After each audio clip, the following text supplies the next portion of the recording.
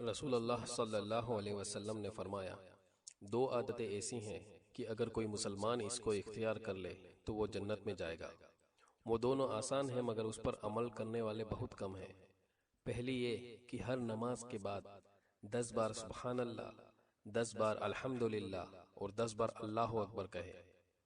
راوی کہتے ہیں کہ میں نے رسول اللہ صلی اللہ علیہ وسلم کو دیکھا کہ آپ انگلیوں پر گنا کرتے تھے، پھر فرمایا کہ وہ زبان پر 150 اور میزان پر 1500 ہے۔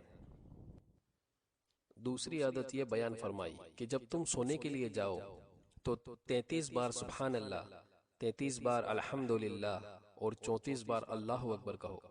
یہ زبان پر تو 100 ہیں مگر میزان پر 1000 ہیں۔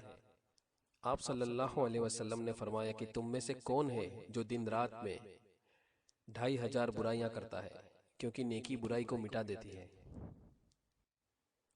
حدیث سن کر صحابہ رضی اللہ عنہ نے فرمایا، ہم کیسے اس کا خیال نہیں رکھیں گے؟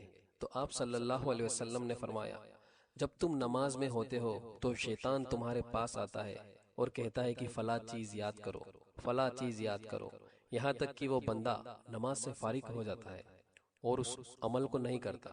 اور اسی طرح جب کوئی سونے کے لیے بستر پر جاتا ہے تو شیطان وہاں بھی آ جاتا ہے اور اس کو سلاتا رہتا ہے یہاں تک کہ وہ سو جاتا ہے۔